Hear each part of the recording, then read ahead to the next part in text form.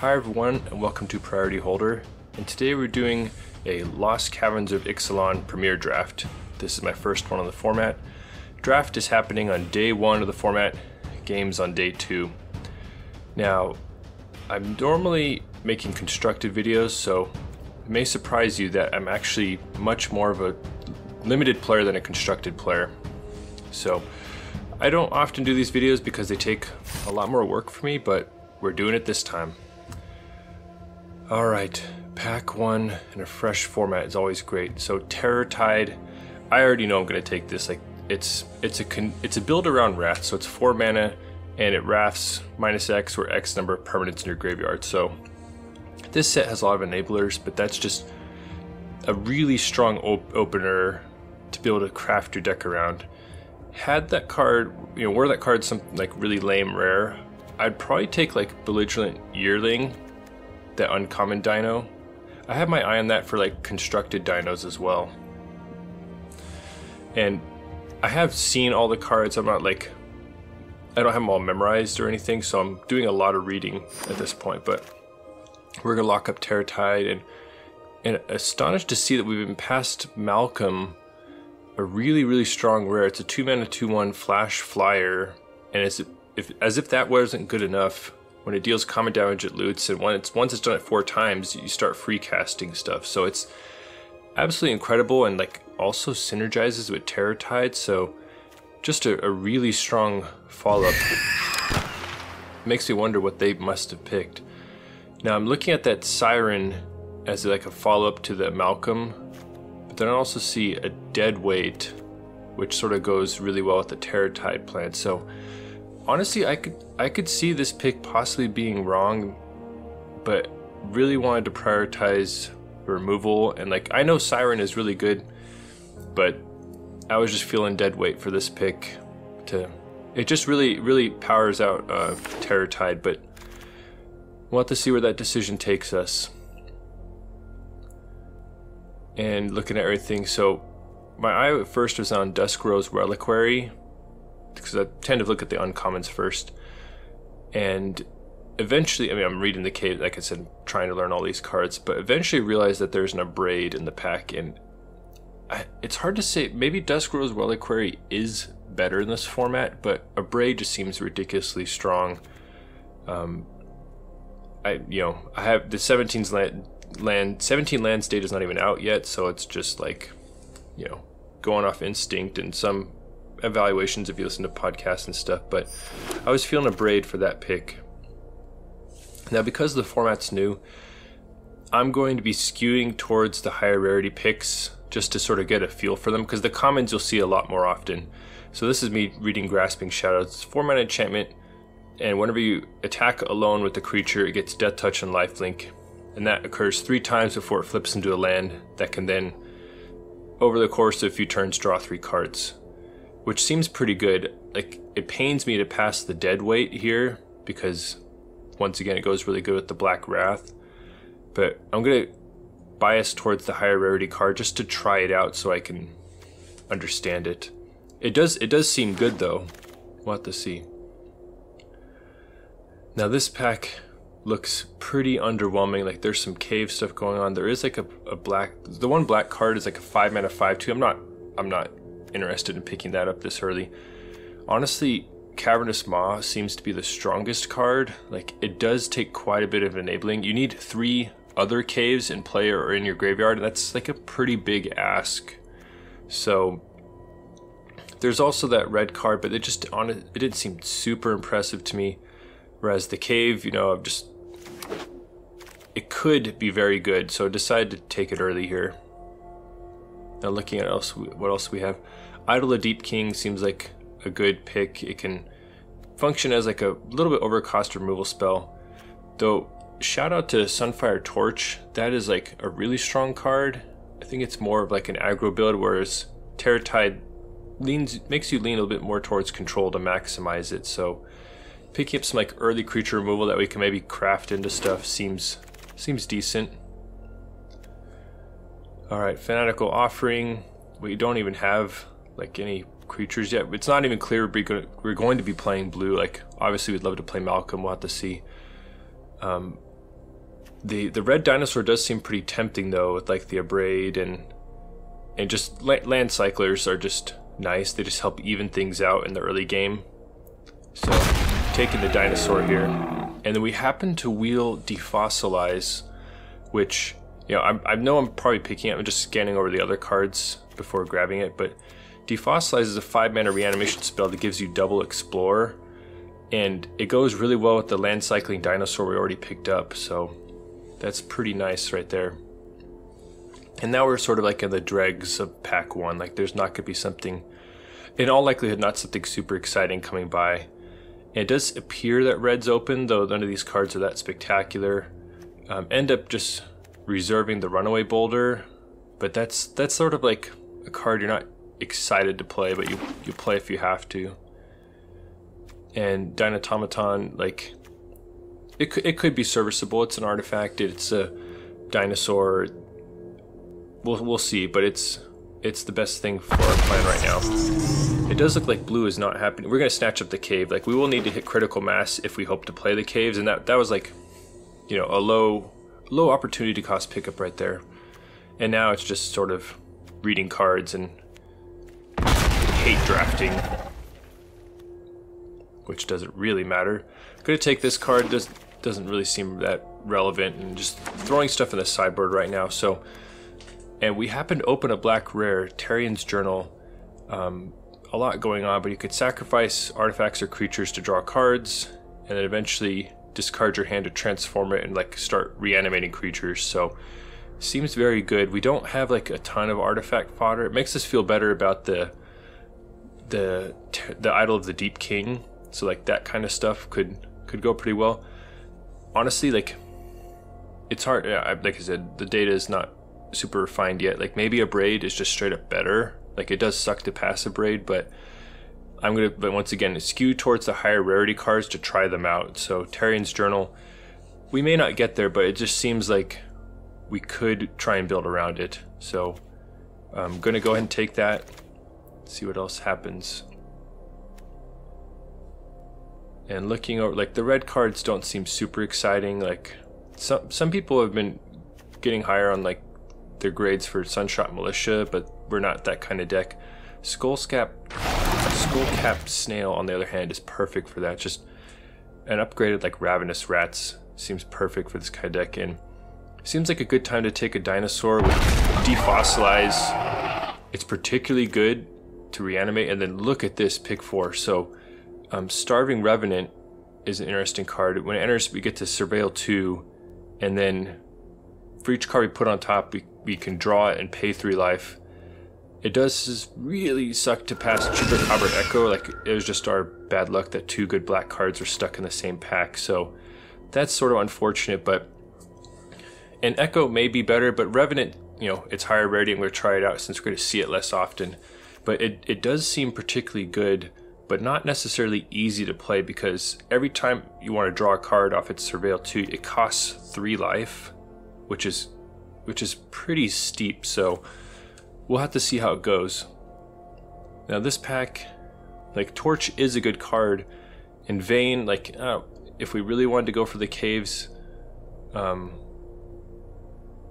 tempted to pick it here, but end up just rare drafting. And then we have some good stuff.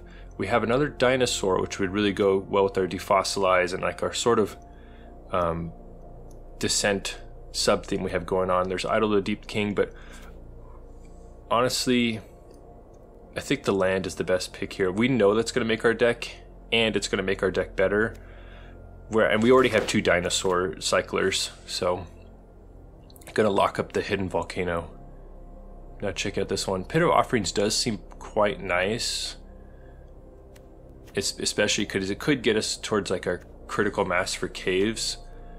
But just another like Idol of the Deep King seems pretty strong here, especially if we have any hope of playing the Black Journal. It is a tough call though, because like we have a little bit of tension within this deck. Is like, do we want caves? Do we want artifacts? What do we want? Deadweight. I'm going to take the Deadweight here. It's just really great in early interaction. It really is painful to pass the Black Hidden Cave, so that is rough, but we're gonna grab the dead weight and be reasonably happy about that.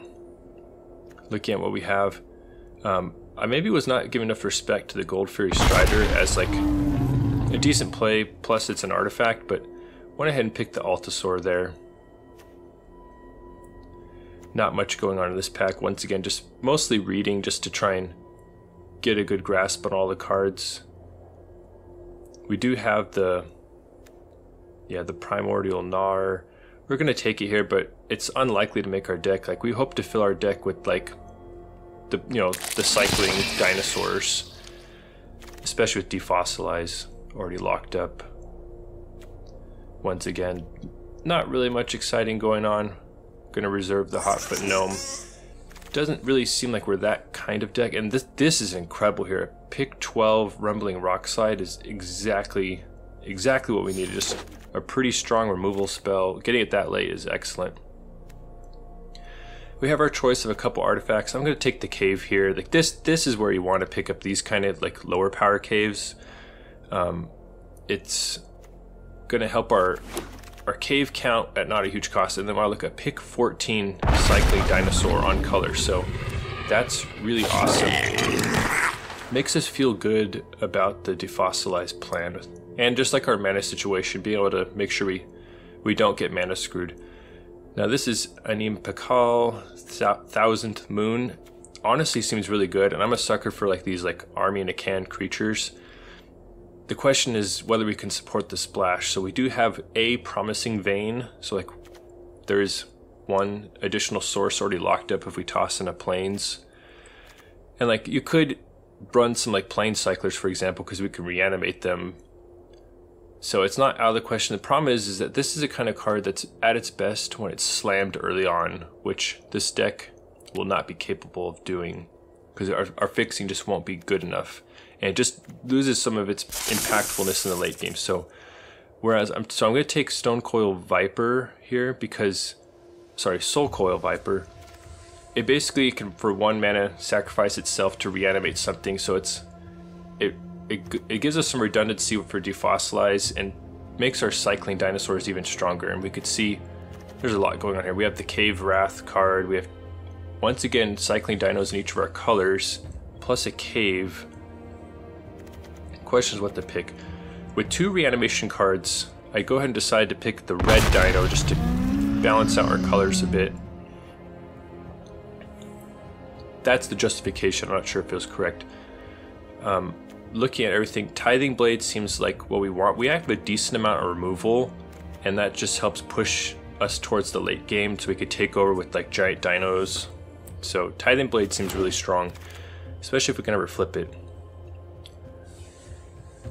2 cards we'd love to play in our deck. So Deathcap Marionette is really good. It's just an early Death Toucher just to gum up the board. It also mills us to like help set up Fathomless Descent for our Terror Tide.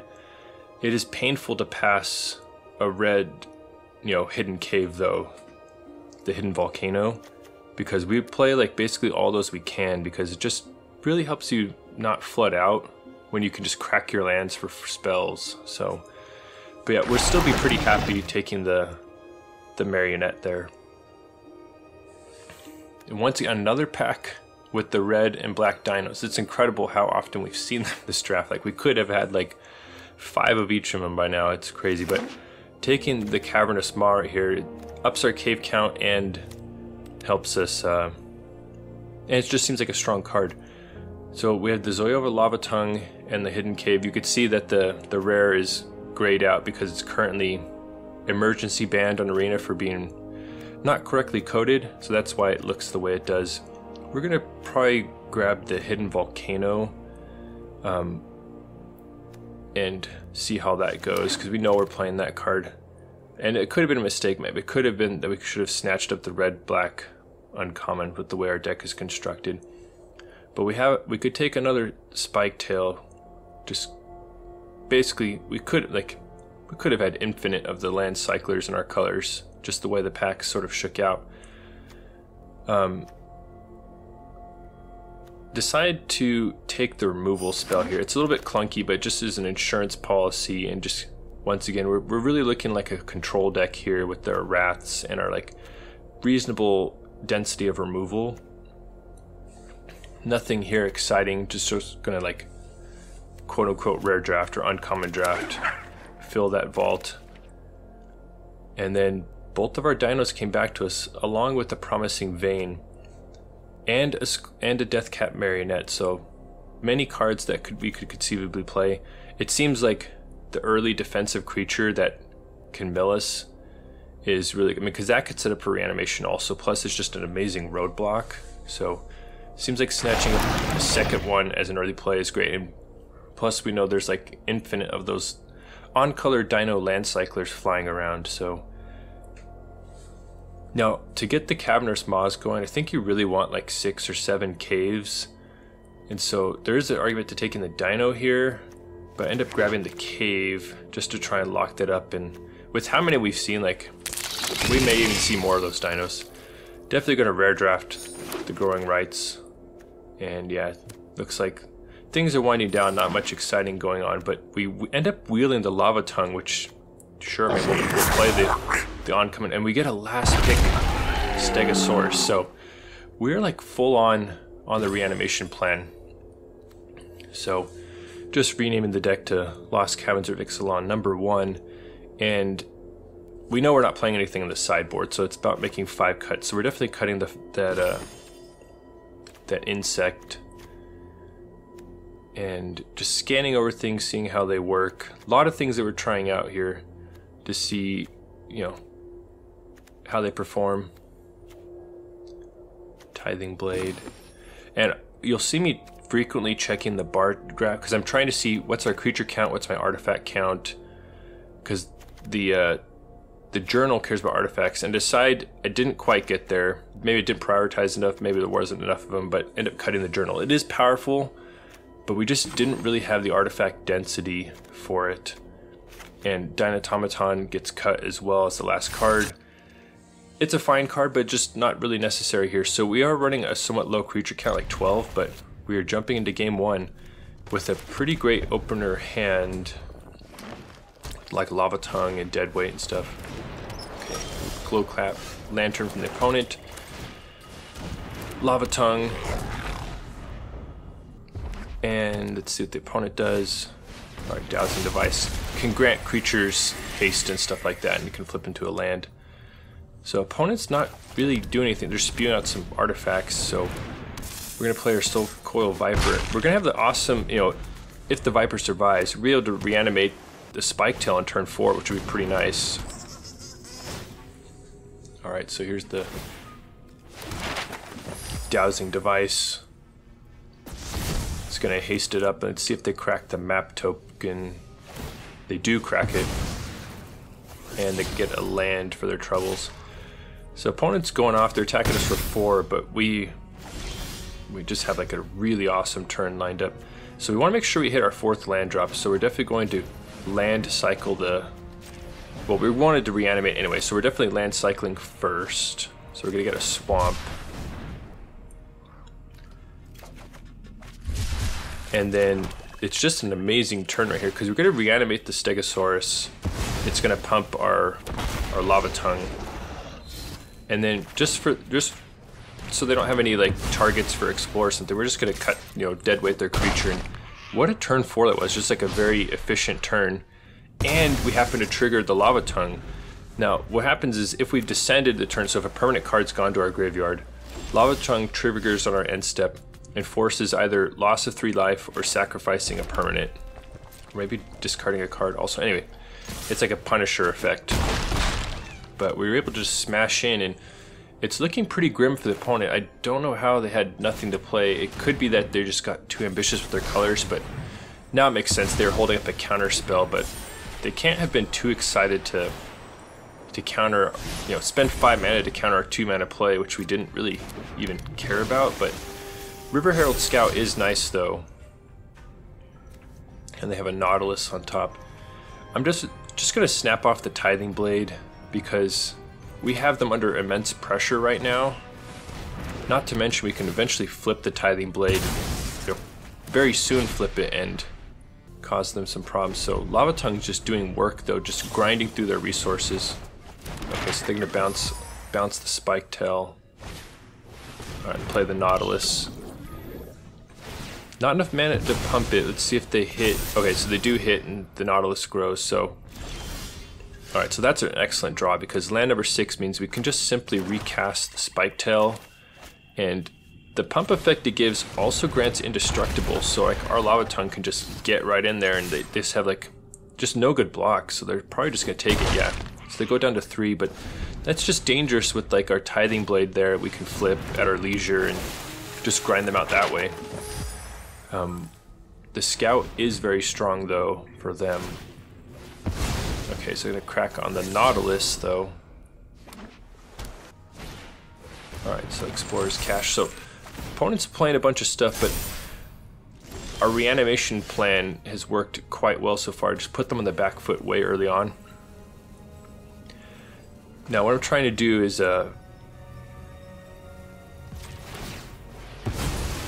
make sure I optimize everything. I want to crack the Promising Vein and still have enough mana to flip the Tithing Blade. So we're going to craft it with the creature in our graveyard.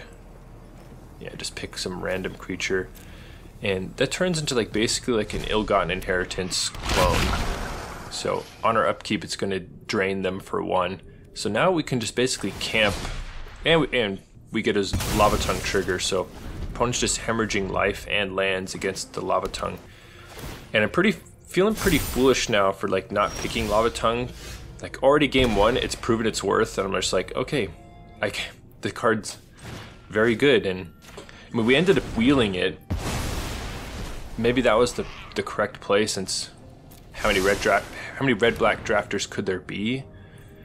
But yeah, just fired off the removal spell there because, you know, our artifact's gonna kill them anyway, and yeah, that turned out to be enough. So as we move into the next game, please lodestone needle the like button, comment and subscribe. It supports the channel and helps me know what the people want. Thank you. Game 2. Let's see what happens. This is a great hand. We have early plays, we have our mana. We'll have to see if we find a reanimation piece for our Viper. I'm gonna start off with Lava Tongue. A little bit better of an attacker. Alright, they don't play anything. Cavernous Maw. So gonna attack first, see if they do anything. Okay, no play. Just gonna slam the Viper. It's more mana efficient this way. Alright, here comes Malcolm. So opponent has a Malcolm. We have one on our sideboard. Alright, so they're gonna smash in and get to loot. Alright, they pitch a land. Waterwind Scout. So already multiple flyers from the opponent. We have a land. Now I'm not sure I make the correct play here, so I go for the most mana efficient play of slamming Grasping Shadows and getting that going. Maybe should have just fired off Idol the Deep King, because it is just so much nicer playing the full 5 mana of stuff next turn. But maybe Malcolm is that much of a problem, or Waterwind Scout, or maybe we could have tried to blow out like a potential map cracking right here, so with like an instant speed Idol cast. Turns out that probably would have worked decently well in our favor. We'll have to see. Alright, the pitching. Okay, the chart, of course, pretty strong. The opponent has had a lot of card advantage thus far with the Explorer and the chart. But we're sticking to our Grasping Shadows plan. It's much better when it's triggering on a very large creature, but it is doing a little bit of work. Now, Malcolm is seeming too dangerous, though a lot of our removal is centered around like 2 toughness, because we have 2 Idol the Deep King and then 2 Deadweights. So there is an argument to like using the Idol on the 2 toughness Waterwind Scout, because even if they crack the map on Malcolm, we could still Deadweight it later, but that just seems a little risky, like letting it get that close to like starting to free cast stuff. But the opponent's card advantage is paying off though. Alright, and the map goes off, so opponent's just going off over there. That flyer is going to need to be dealt with eventually. Alright, another land is pretty unideal there. Now I want to get the Grasping Shadows trigger. Decide it's better to keep back the 2/3. We do flip it, so we're able to start drawing cards right away with it, which is pretty nice. It is going to ding us for 1 life, but it's definitely worth it. Alright, so there's the dead weight. Unfortunately, it's like a turn too late, but decide to crack the Viper to put our reach creature into play. And this is where I think I make a mistake. I really wanted to like get Lava Tongue value each turn, so I was saving the dead weight for next turn. But I think I should have just slapped it onto their flyer just to like deter them. So opponent attacks in, and they're trying to act like they don't know I have a reach creature. I assume that anyway, we're not getting gamed by that. We were going to block no matter what. We knew that they were probably trying to bait us into something, and they were. And it's okay. Like I said, I was going to block there no matter what. I was not convinced they'd made a mistake. But it makes me... And so now there's a chance to like dead weight it anyway. So we're going to use Shadow's Lair and draw another land. That's pretty painful. So we're just sort of flooding out. Like we've drawn sort of like the same amount of cards as them, but they've hit way more non-lands than us thus far. So question, so if we dead weight one of their small creatures, we will get a Lava Tongue trigger just to keep the pressure on them. And this creature I'm targeting can become a problem, but honestly, like with all the Death Touch we have, it probably wouldn't have been that much of a problem. And I think the more correct thing would have just been to slap the dead weight on the flyer. Opponent has to sacrifice a land. But as a, you know, I still felt pretty comfortable at 13 life, but another Waterwind Scout is pretty devastating. And then they play the Seething Tower, which already is a 5/5 trample. And then we draw another land, so we're gonna activate Shadow's Lair again. Like we need something. Like we're getting pretty desperate. Okay, so we do draw a dinosaur, but it almost seems like too little too late. Like a lot of our draws have been lands, and we're just getting hammered by flyers. Like we have 5 power flyers we can't do anything against at the moment. 2 lands in hand, and Zoetic Glyph coming down, animate their iceberg, map crack, adding a counter. So opponent has just drawn incredibly well, and like they send it with everyone. This is a great attack all for them. Some people I think would be way too conservative, but if you look at the type of blocks we can arrange, they're just not good. And then Cogwork Wrestler comes in to make it even worse. But we're surviving at like 2 health here. They have like all their creatures. They get a free glyph discovery, you know, so it's just pretty good. Like we do have a Wrath, you know, so like it's not out of the question that we could survive, but yeah, Rock Slide is not going to do it. Oh yeah, so I'm gonna crack the Hidden Volcano because that could technically spin into the Wrath.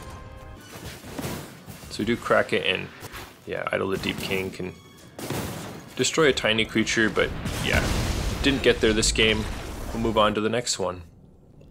This hand looks pretty great. Got some early plays. Got our Hidden Volcano. Alright, Waterlogged Hulk from the opponent. Could be a crafting deck. Now we lose, for this game, we lose the audio. I still have this weird glitch that the longer my recordings go, like there's just a certain point where the gameplay audio disappears. Even though it's normal for me listening to it, the recording itself gets messed up partway through, so still have not solved that. But yeah, we're gonna go turn to Skullcap Snail, and we have a lot of cards in here that just sort of just deny the opponent resources or force them to lose stuff. So the opponent's sending in. We're keeping an eye on their craft cards over there. All right. This is a Deep Goblin Skull Taker, and it already milled a permanent, so it's already turned to do a 3/3. The fact that it has Menace, I feel like it's going to potentially keep growing. Seems like it's an excellent time to abrade it right now. Against blue, like we don't want to mess around like with them potentially countering it or anything, so we're just going to do it on our turn and smash in with the 1/1. So opponent smashes in again. Okay, so they miss a land drop here. That's important to know. Yeah, so we're happy the way this game is going. Like, we want the game to go along. We could just start slamming our giant land cycling dinosaurs. All right, so they cycle a spike tail of their own. We're probably not going to do that unless something changes because we have enough lands to cast them. All right, so opponent's going to send in. Just holding on to Idle the Deep King. It can kill the Merfolk, but like it's putting us under like no pressure right now. We'd love to use that on a better target. So I consider it and decide just to keep waiting. All right, so Spike Tail. And we're going to smash him with our Snail. So it's just battle of the 1-power creatures right now who can deal the 17 damage the fastest. And I lose track of my mana for a second. Think I can cast the dinosaur, but we're 1 turn off.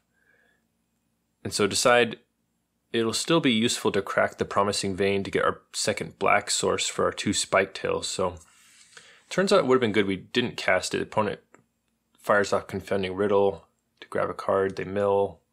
Let's see what they hit. And decide that to take this opportunity to kill their creature. We know like the next few turns are going to be spent slamming dinosaurs, and so we're just going to use our mana and take it out, and it doesn't give me like any explore targets or anything. We see Souls of the Lost, card I have on my eye for like self-mill constructed decks. It'll take a while for me to get enough copies drafting, but we'll get there eventually, and then Defossilize on it plus some explore. So that is a real sick play from the opponent. Just 5 mana, put an 11-power creature into play, no big deal. So we're going to crack Promising Vein, see if we draw like a Death Toucher or something like that. Going to grab our second black source. And perfect, Ray of Ruin. So an exile removal spell off the top. Super clutch. And so we'll hold off on spewing off a ton of dinos for now.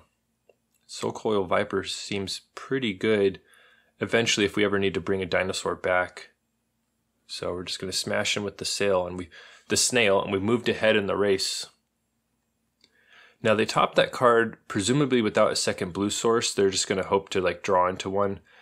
They have, infinite permanent cards in their graveyard, so it's going to be a 6 mana bounce a creature. So that will be annoying, like with all of our expensive cards we're hoping to play. Tithing Blade on our 1/1. Yeah, we're happy to sacrifice that, and they still don't have a second blue source. So time to start slamming dinosaurs. Starting off with the Seismic Monstrosaur.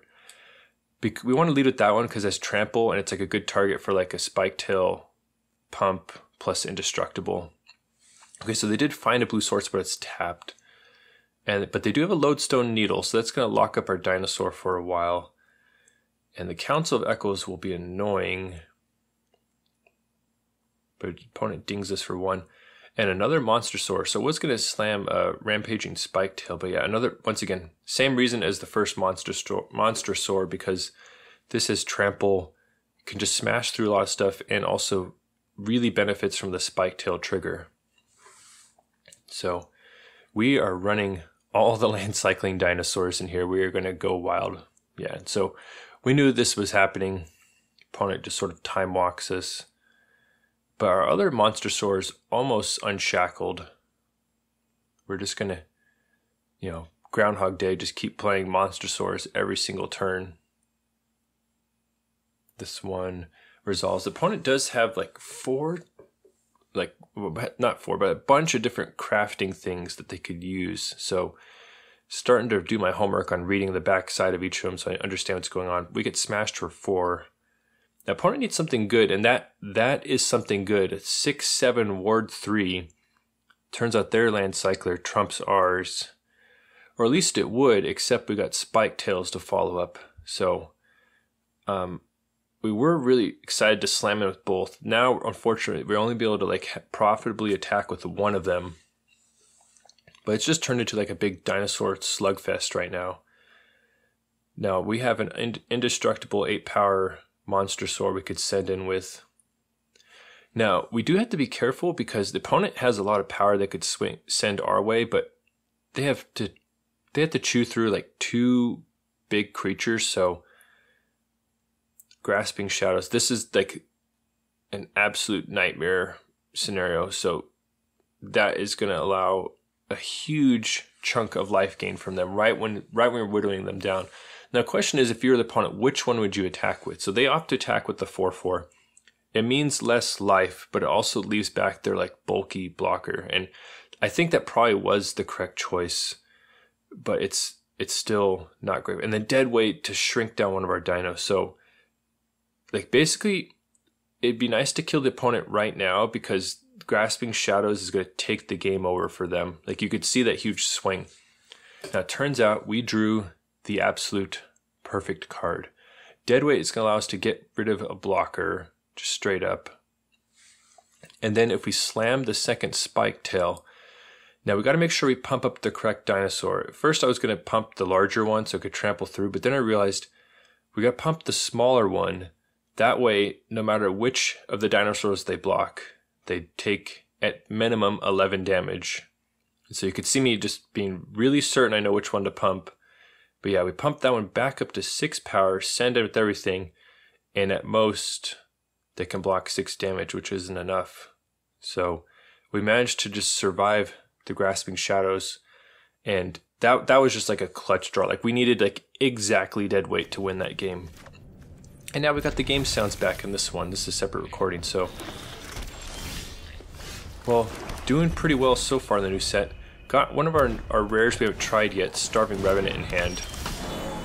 Opponent slams a rare of their own turn 2. We're going to eat a card from their hand. And I'm going to read it. So it's a 2-mana mana dork that for 2 mana can exile cards from graveyards, any graveyard, and anytime they exile a dinosaur, it sort of tucks it away to be cast for later, which is actually a big problem considering we're hoping to reanimate our dinosaurs by putting them in the graveyard. So it happens to be a perfect card against us, so it's a little frustrating. Not to mention they have a pretty strong crafting card over there that is part of its craft cost. They can like exile a bunch of dinosaurs with it, and then it comes in with the combined power of all the dinosaurs you used for it. Alright, Dynatomaton. Opponents could be smashing in.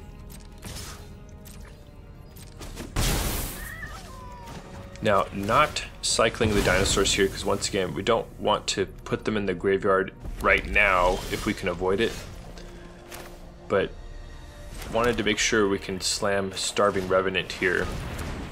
Now we're at 16 life. This card, so here's the scenario. These are like 2 of the best cards in our deck right here. I was hoping to maybe like bin one thing and take 3 and draw, but it's like, what do you do here? These are like both super good. And so if you play back, you know it's greatness at any cost. So we take them both. We take 6 life. We pass the turn. Now the thing is, one of them is Terror Tide, which can like completely turn the game on its head in our favor. But we only have 1 permanent thus far. So try and decide how to block here. Make the sort of like quote unquote obvious block. I mean, and once you know, so the opponent has a trick, so it does put a permanent in the graveyard for us. But we had to make sure we're only at 5 life. We have to make sure we just don't die somehow. An opponent has a lot of stuff going on, and we know they have a 4/5 reach trample in hand, plus a crafting, dinosaur in reserve with that artifact. Now I spent a lot of time here thinking like, we know we have to work our way towards the Terror Tide and build it up, and decide the best chance we have is to play Soul Coil Viper and possibly land cycle one of our dinosaurs to get that permanent count up. So opponent draws a different dinosaur, plays Scytheclaw Raptor. Really strong card. Might play that and construct it. I have my eye on that for some dinosaur decks I've been working on. Now I'm glad they just didn't get like a burn spell or a combat trick. Alright, so they just attack with those 2, and we're just going to... The Dynatomaton is the most problematic of those 2 attackers. I'm hesitating here because the opponent still has 2 mana up to exile a dinosaur if we cycle in a turn. However, this is sort of going to solve itself. Like, we don't have to cycle to try and get Terror Tide unlocked because 2 of our creatures died. The other thing we have to remember is the opponent could purge our graveyard to weaken Terror Tide on the stack. So, however, they can only get rid of 1 right now, which will still kill all their creatures. So we're definitely going to fire it off. They're going to do it for value anyway. We cut down all their creatures, and we're sitting at 2 against red-green, which we know has like a decent, like say they have a torch or like the Idol of the Deep King, like we could just die. So opponent plays their 4/5, and we're just going to Rumbling Rock Slide. We're not going to mess around. The Lava Tongue was an excellent draw right there. It allows us to double spell and just have like a Death Toucher just to ward off another giant dino. Okay, Walk with the Ancestors. They're going to turn the 4/5 and then free cast a 1/1. So what do you do here though? Do you play Grasping Shadows and try and lock up some life? Or do you just slam a dinosaur? I mean, you could see right now what I've opted to do. Smash in, but we got to kill them soon enough before they can amass a new army. So we're going to slam a dinosaur here. And we know red and green is going to have a harder time dealing with dinosaurs. So the opponent plays Pathfinding Axejaw. It has a massive dinosaur on top, so a 6 mana 7/7 that has some like pseudo, like some evasion built in. Deadweight is a great draw right there, so I'm trying to think of what to do. Because the Lore Keeper is like a dinosaur Llanowar Elves, and as far as we know, that's the only way they can cast. Well, we know they don't have a land because they didn't play one. But it seems like an excellent turn to play Grasping Shadows, which is going to turn that into a Death Touch lifelink. So that's going to get us out of like the immediate danger zone, and the opponent is really worried about that dinosaur sticking around. So we do the whole Death Touch trample trick right there, and then we can deadweight their Mana Dork to make sure that the 7/7 is not coming down. Because I think the 7/7 can like activate evasion, so it's low power creatures can't block it, which would be all of our Death Touchers. So opponent crafts Saheeli's Lattice, sending a bunch of dinosaurs in, so just a casual 15 power dinosaur right there. And trying to decide what to do. And we have 7 mana at our disposal, so we're gonna attack him with the Lava Claw, lock up a little bit more life. Opponent can't block. Yeah, so they take it, and we already got them to 10, and we got ourselves back up to 10. So we're gonna play Altasaur and Marionette this turn.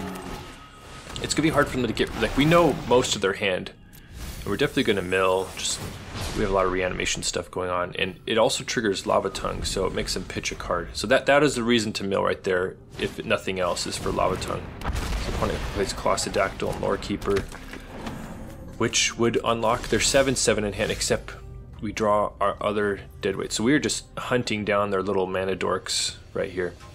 But it's looking incredibly good for us right here. Decide to, we're going to definitely deadweight the 1/1, and we might as well eliminate it as a chump blocker while we're at it. And then we're going to be able to slam Stegosaurus here. So that was an incredibly clutch draw. But yeah, now we're going to pump up the Altasaur and attack, give a Death Touch lifelink, and we basically locked things up, barring something like insane right here.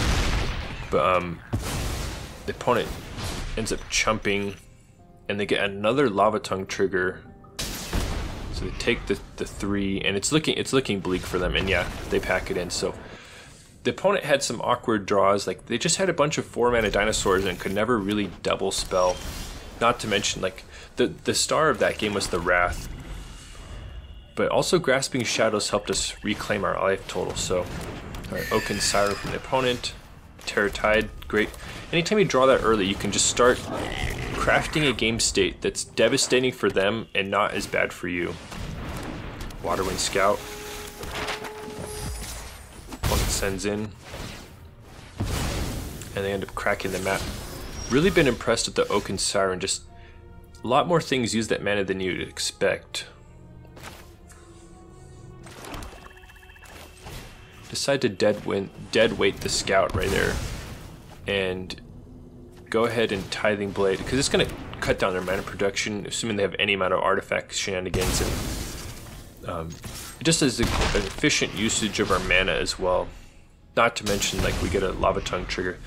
That card just has been doing so much work for us. Soul Coil Viper, tap land, go.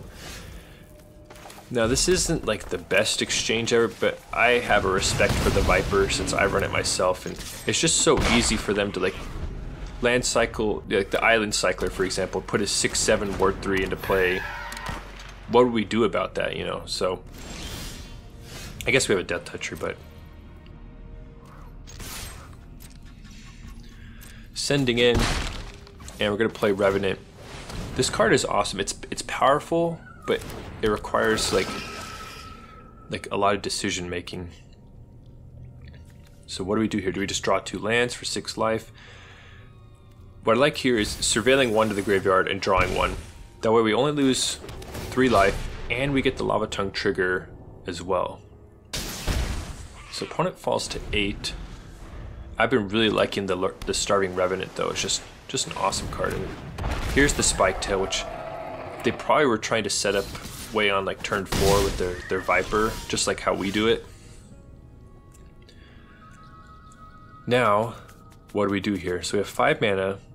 We could flip the Tithing Blade, but we could also try and charge up the Terror Tide, or we could just slam an Altasaur.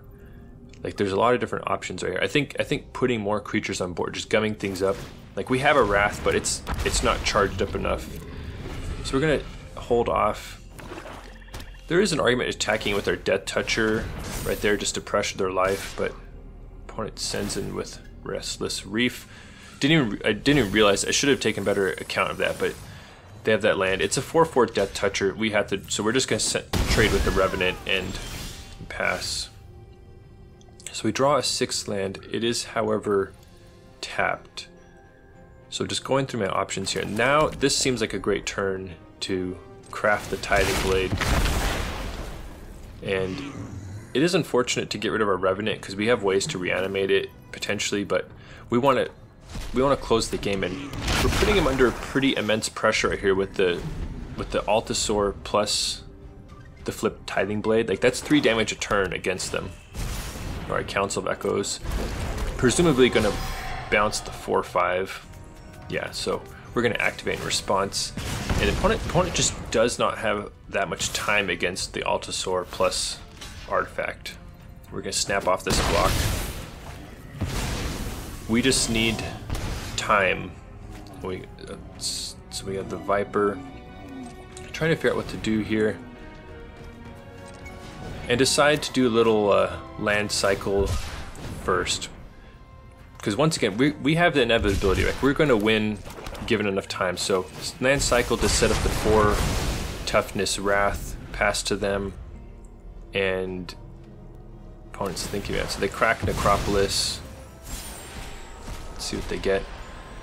And they get a 3/1, but they know we have a 4/5 in hand, and so that they pack it in. Like, they realized they could not kill us quick enough to escape our like once a turn drain. So I don't know, I've been pretty impressed with Tithing Blade. I mean, it's gonna depend. Like, if they have like infinite gnome tokens, then not great. But the Torch on the other side of the battlefield is a little concerning. That screams like an aggro deck. We're gonna snail them though. Eat one of their cards. Eat a creature with it. So very happy about that. Alright, Tomb Raider. And they're gonna get to equip it, so not a bad turn 2 from them. And yeah, they don't need to sacrifice the Torch because our little 1/1's not doing anything. I do consider blocking here just to save some damage. Decide just to take it. Like, we could, you know, it could become useful later on. Or block more damage later on. Decide just to play the Viper. And go and attack in. Because don't see me blocking a 3-power creature at the 1/1. Like, just, they might have another thing we can block. Opponent sends in, and yeah, we're gonna snap off this block right here. We want the game to go nice and long. We can take over with our different engines. Plundering Pirate is really strong, making a treasure here. And they pass. Another land. We don't have double black though, but We're just gonna play our cave just to get the summoning sickness over with and crack our other cave to get our second black source. And this is like a blood braid up here, geological appraiser, and it's a nightmare scenario. The 4 mana creature has found a 3 mana creature, and it's another pirate. So their 4 mana play basically generated 8 mana worth of stuff, which is really, really bad for us. And so the opponent doesn't put the torch on there, and I'm about to block right here, but then I realize like we're still at 17 life. Like let's hold on. We might be able to block more damage later or double block somehow. Crack the Promising Bane to get our black source. Alright, so now we got a second black source, unlocking all of our Stegosauruses and stuff. Grasping Shadows could be good, but we'll have to wait and see. So we're at 14 against aggro, trying to figure out what to do. So we're gonna bend the land. It's gonna help our cave count anyway, and we don't want to lose too much life, but it seems like a Death Toucher, it could be good against them, or at least force them to spend the torch on it. So decide that it's worth the 3 life to pick up the Death Toucher. Alright, so opponent, let's see, another torch. Now this is where I think I'm about to just lose the game. So opponent's going to equip with the torches, and from my perspective, them sacrificing both of them to kill the Revenant before blocks feels the most dangerous to me. But the opponent actually does something different, and I think this costs them the game. So I thought it was going to be attack all, sacrifice both torches, but they only attack. So I'm astounded. I'm very happy to chump one, trade with the other, and we're still at 11 life. So I don't think the opponent made the right play there. I think sacrificing both torches to keep 3 creatures in play would have been much better for them, because now we have a second Cavernous Maw, and by playing this one right here, they're both going to be active as blockers. Now it's not to say that we might have still won the game anyway with their other choice, but I think they chose a path that allowed us a better chance of winning. I think the opponent's going to send in, and we know they're going to pitch one of the torches at the Death Toucher. Yeah, so here's one torch. Now it's like the whole like butterfly effect, you know, like who knows if both torches are gone, like whether they could deal with the Death Toucher. And anyway, I was just saying from my perspective, it seemed like they left us a little window, and we're happily gonna block the bigger creature right now. So we fall to 8, but let's see if they have another creature. So they equip, and it seems like the opponent might be flooding out right here. Like the fact they didn't have a follow-up creature is making me feel a lot better. Now we're going to play a Lava Tongue. We know it's going to eat a torch, but we still have another Cavernous Maw to fend off their creatures. And the nice thing is that we can animate them after their window to sacrifice the torches. So, alright, so opponent sends them the Appraiser. We know they're going to sacrifice the torch. One thing to remember, that the torch can hit any target, so more torches can eventually be thrown at our face, so we have to be careful. But yeah, thus far no combat tricks or extra removal spells to take care of our caves, but I mean, we drafted them. The whole reason we played all these caves is for the Cavernous Maws, and like, here's where they're coming in clutch right now. Now it's like, what do we do? So it turns out that we actually have Descend 8 for Starving Revenant, so we can defossilize it and happen to spike 2 lands. And I sort of keep these 2 on top. I sort of mathed it out wrong. I thought we'd only be losing 1 life per card. Turns out we'd be gaining 1 life, but losing 3. Anyway, that was a little risky against red, but these cards are going to be very useful against them, and any turn that the Revenant stays alive, means we're gonna just keep draining them. And now this is where Grasping Shadows is gonna lock things up for us, because if they don't, I mean, there is like the saw blades or something that deals 5, but yeah, they don't have anything, and decide just for good measure to deadweight their creature just to prevent any shenanigans. But it feels incredibly safe right now with the Wrath in hand and Grasping Shadows, and yeah, that's it. So that was an incredible grindy win right there. Took all of our creature lands, took a whole lot for us to win that, but an impressive win against aggro already is making me love this deck, and that was just awesome. So yeah, we're gonna play Marionette here and definitely mill 2 cards. We're not scared to self-mill. If you watch my constructed videos, you know that by now. Ruin Lurker, Bat. Don't want to deal with like the life linker. I'd almost make a mistake here. I'm about to like deadweight it, but that would have been real bad. It's inefficient use of mana. It's much better to hit it with Idol of the Deep King and just use up the mana and just save deadweight for like a double spell later on. If we were going to kill the bat, it's much better to do it this way.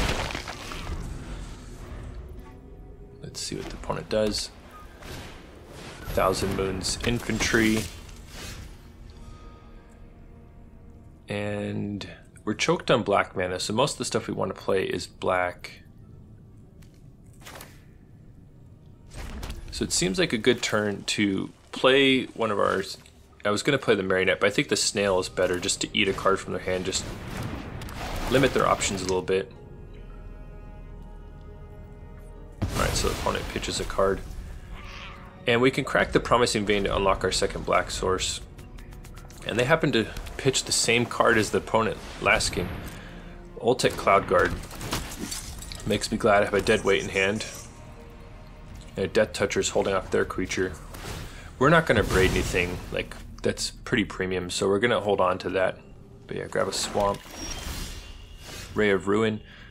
That could be very useful later on, but yeah, it seems like a very clear deadweight the flyer, play the Marionette.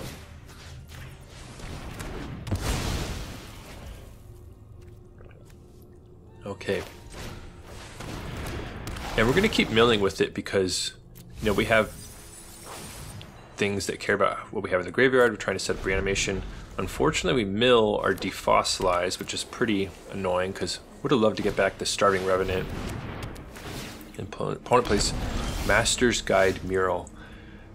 And I'm reading it and I'm like, oh no, that is incredibly strong. So it's a 5 mana that makes a 4/4, and then for like 7 mana you only have to craft it with like 1 artifact. Basically turns into like a 4/4 making machine. Now you do have to keep playing artifacts to keep using it, but it is very concerning. And the opponent plays a second one right after. So I was like, okay, well I have an Abrade, like I can deal with that. But now it's like, we just, it's feeling pretty hopeless right now. Like the Abrade can take down one of them, but they still have the other one. And so I'm getting pretty, you could see me getting pretty worried right here.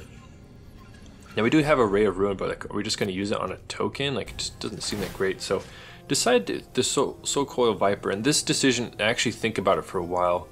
I end up grabbing the Revenant, but I was strongly considering the Dinosaur because it can theoretically keep blocking 4/4s all day. And with Revenant, going to pitch the land and keep the Death Toucher because that seems particularly relevant with all these 4/4s to be facing down. We're going to play the Cavernous Maw as well, have like a creature land. Going to play the Lava Tongue, and then we'll be able to hold up a Braid. We even get the trigger of the Lava Tongue. Yeah, opponent just takes 3. Good choice by them. Oaken Siren. But we're really worried about those murals over there. Like, it's, we just can't really outgrind those. Now I decide with the expensive removal spell in hand just to use the Abrade now. Like, it's much better to blow it out like in response to the craft, but I wanted to use my mana efficiently that turn. I'm not 100% certain that is correct. Like, maybe it is worth it to hold on to it, but the fact that I had a second one also made me just want to just optimize that. So attacking with the Revenant, mostly just to get the Lava Tongue trigger, but then I forgot about the finality counter on it, so it didn't even trigger Descend. And then I'm like, okay, well, I'll crack the Volcano. Don't have enough mana for that.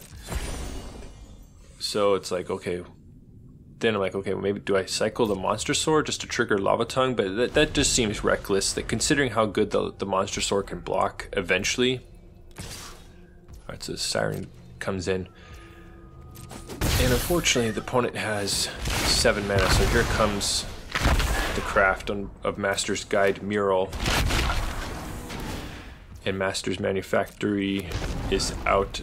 And the first turn it flips, it gets a free Golem, but then you need to put artifacts into play in order to activate it from here on out. So we do draw land number 6, and we will have 2 creature lands at our disposal, but they just don't match up well against all these 4/4s, you know. So, but we have 3 Death Touchers and a Dinosaur. So, all right, so Minecart, and this is things are just getting out of hand here. So Minecart satisfies their factory, so they can make another 4/4. And like we are holding him off, but it's just like eventually, like, you know, well, Minecart guarantees another one next turn because when it attacks, it makes a treasure token. So it may be a chump attack, but it guarantees at least another 4/4. And like eventually, they'll just be able to make so many that we won't have enough Death Touchers to handle them all. Play Idol of the Deep King. Maybe should have saved it for instant speed, but... And getting pretty desperate here, decided to use Monster Sword. Gonna crack a land just to draw a card, because there is a lot of lands left, so we may just draw a land. Waiting for the opponent, yeah, we just draw a land, so...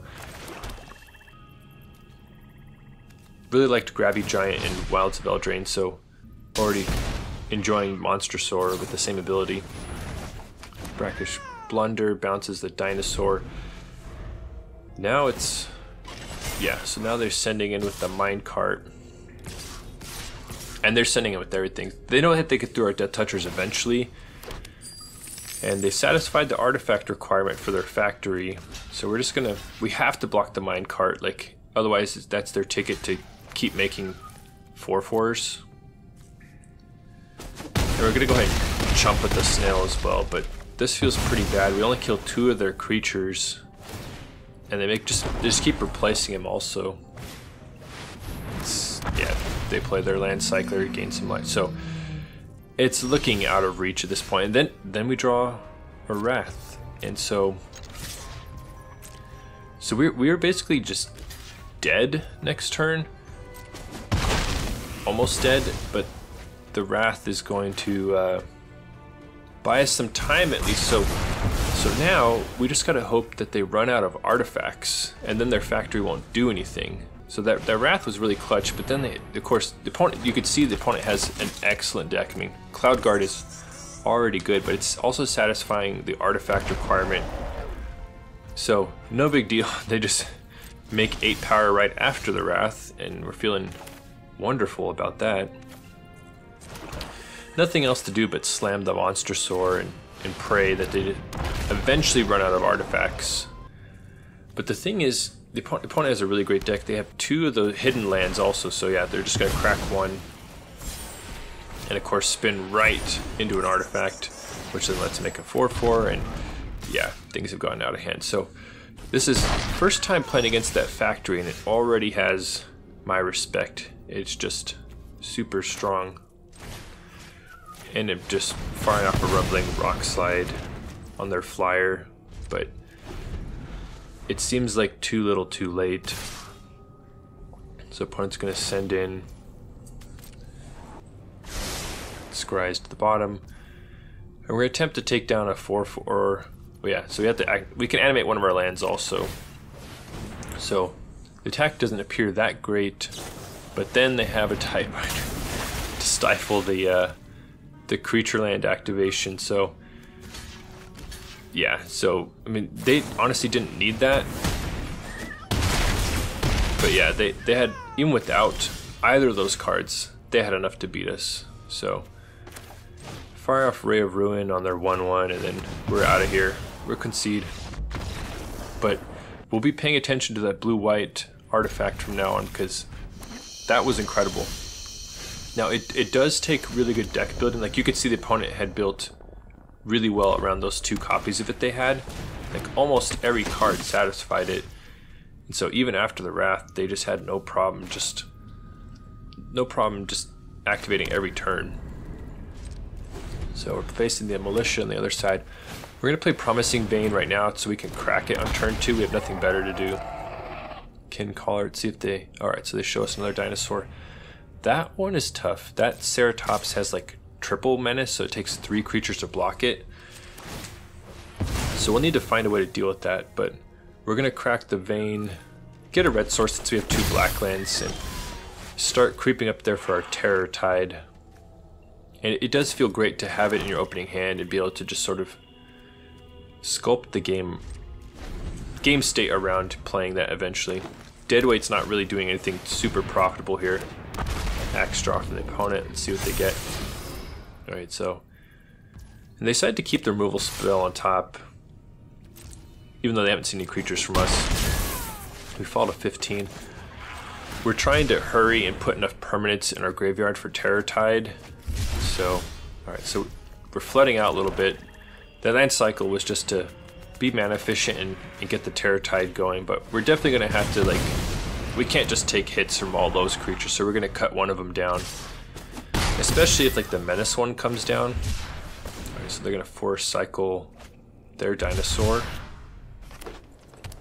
And, okay, so just a force cycle that turn. So they needed to get the 5th land for their Ceratops.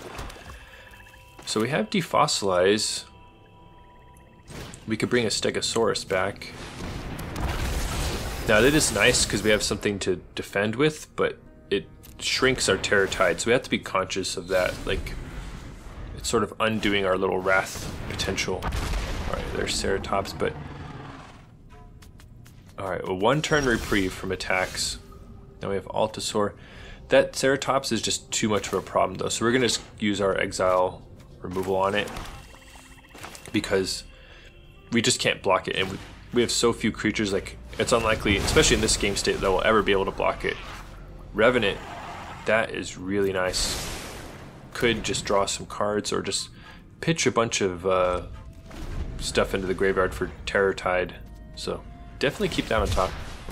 Okay, his opponent land cycles again. Sunshot Militia. Alright, so they end up tapping them. Now those could be a problem because, you know, given enough time, they will chip us down to nothing eventually. So trying to figure out what the best play is. Decide possibly playing Revenant is the best. We'll see what we find. Now, I was going to pitch both to power up Terror Tide, but then decided, you know, maybe with how much mana we have, we can actually just cast the Spike Tail. So we take the 3 life to go ahead and draw it. And the thing is, Promising Vein, we can crack that to get the 3rd permanent into our graveyard for Terror Tide. And potentially Wrath their creatures and none of ours. But opponent cracks their hidden land and hits a punch spell, so our Revenant's going to bite the dust, but our Stegosaurus is holding him off still, so they ding us down to 6. And pass to our turn, so we're going to crack the Promising Vein. And we're going to be able to do like the one-sided Plague Wind right here with Terror Tide. A Braid is a really nice draw.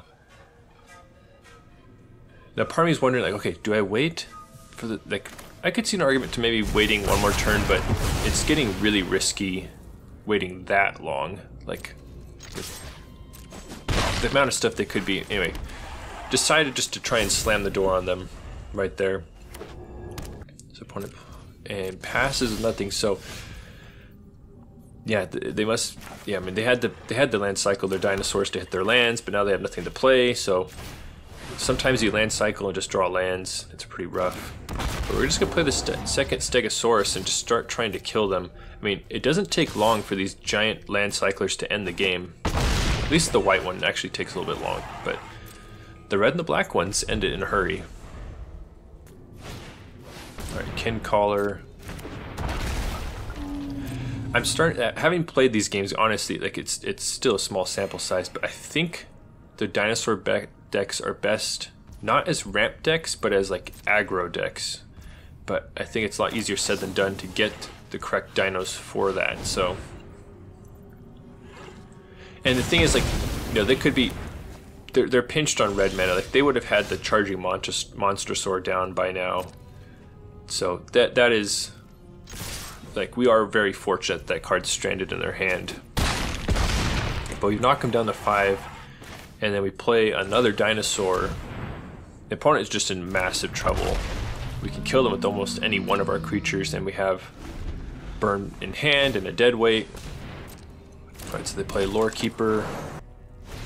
And yeah, they have the Rumbling Rock slide. But here we are at 6-2 throughout all this game. So a chance for the trophy right here. So no matter what, this is our last game for either outcome. Snap off this 2 mountain hand because we have Swamp Cyclers. Okay, so we play the second one, and we're definitely gonna have to cycle a Spike Tail to get our swamp, but and that's what they're in there for. Sunscribe. Now you'll notice this is yet another blue-white deck, and from the things that I've learned about the set so far, I think the more you win, the more likely you'll be facing blue-white decks, because I think it's just, blue is like the strongest color, and crafting is just so strong. So I think in the higher tiers you'll be facing a lot of blue-white because it just seems really strong. So opponent attacks and gets a scry 1. We are snapping off this block, like, we just want the game to go long. Alright, so block happens. They play Tinker's Tote. Now, things like that make our Rumbling Rock slide look pretty horrible, as well as a Braid, so we're just gonna pass. Opponent plays land number 4. Spygrass Siren is very strong. Had we taken that early on in our draft, it might have changed the complexion of our whole thing. So opponent attempts to put Zoetic Glyph on an artifact, but we are able to completely blow them out with the Braid right here, so that they don't even get the Discover value. So that was a turning point there. Had we not had a Braid, had we had like a random Deadweight or something like that, we might have just straight up lost the game on like this turn. So Zoetic Glyph seems incredibly strong if you can play it at a safe time, because it just is massive pressure and then gives you value when it gets dealt with also. So well, we know we have the 6th land for our dinosaur. No good targets for Rumbling Rock Slide or Ray of Ruin, so we're just holding on to them. Clay Fired Bricks is another great craft card. This one crafted an artifact for 7 mana. It spits out 2 1/1s and then gives an anthem for the whole team. So we could sort of see that they're built around the sort of go wide strategy. So they play an Oaken Siren and they pass to us. Lava Tongue. So the question is, do you slam the dinosaur or do you play Lava Tongue plus removal spell? Decide just to slam the dinosaur, like it can block on the ground. But the bricks flipping could be problematic. Okay, so there's land number 6 for them. Plus Siren, Siren can fuel it. So it's looking pretty grim. There's Cloud Guard, so man, opponent has like really optimized for the bricks. And they have another Siren. And then look, we draw like the most clutch Wrath ever. Now the only reason I hesitated there is because I'm trying to see, could I survive them flipping the bricks and then wrath everything, but decided they could probably kill us if they flipped it. So end up firing it now, even though they can flip the bricks and then put some 1/1s into play. One has Braided Net, which is sort of like a fancy icy manipulator. Now I guess they can't flip the bricks because they don't have land number 7. Okay, I was wondering why they didn't do that, but now it makes sense. They didn't have enough mana. Alright, Eaten by Piranhas. So opponent has a really good deck. They shrunk our dinosaur down. Like, they bought themselves a lot of time with that spell. Panicked Altosaur. So they're probably just praying for land number 7 just to flip the bricks, to craft it. Zoetic Glyph, though, they just going for it. They tap down our creature. That seems a little too aggro for them to do that. Like, we still have like a chump blocker and a death toucher and a 4/5. So I'm not quite sure I agree with that, but it is sort of a desperate spot since they're basically out of gas and we're firing on all cylinders. Tithing Blade seems nice because even if they spin into some creature here with Discover, we can just eat it up with Tithing Blade, but they hit another Piranha's one. Now I make a mistake right here. I should have activated in response, but I still knew the cards. I didn't realize it was going to lose its abilities. So I realized it here and then just attack it. So we missed 1 point of damage right there. Had to be careful about that. Alright, so opponent plays the Bat. And that's why we kept Tithing Blade. It could actually trade with our creatures, and we want to just keep chipping them away. Not to mention, flipping Tithing Blade could be pretty great. Alright, so it can't feel good using the net on a 2-power creature, but they're just trying to extend the game and give themselves more time. Viper's pretty nice to bring back a nice dinosaur. Now there's the 7th land, but it's far too late. The bricks is far gone by now. So I'm checking out what we have in there. It's going to reanimate with Soul Coil Viper. Question is what? Oh yeah, easy choice here. We're just going to grab another Stegosaurus. Now against a tapper, we're going to pump one of the 1/1s here just to threaten more damage. Let's see if they use their last counter.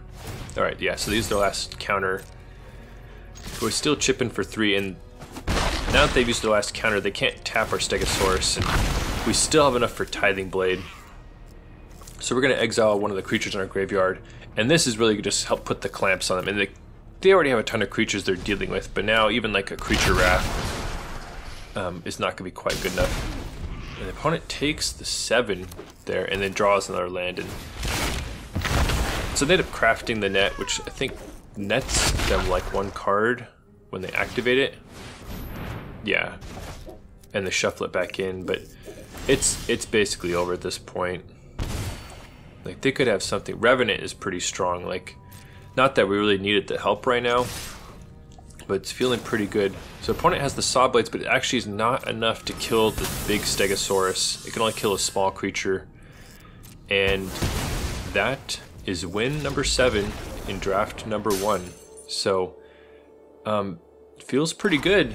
Makes me like the format already.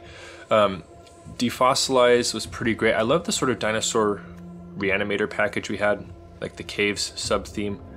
We didn't go full caves, but we did a little bit. Terror Tide was just incredible. That was like the biggest powerhouse. Grasping Shadows was surprisingly nice. Starving Revenant was very skill testing, but like awesome card. And Soul Coil Viper impressed me as well as sort of like a backup Defossilize. So the nice thing is we had a lot of colorless lands, but all of our land cyclers sort of covered for us. So anyway, thank you for watching. I hope you have a wonderful day.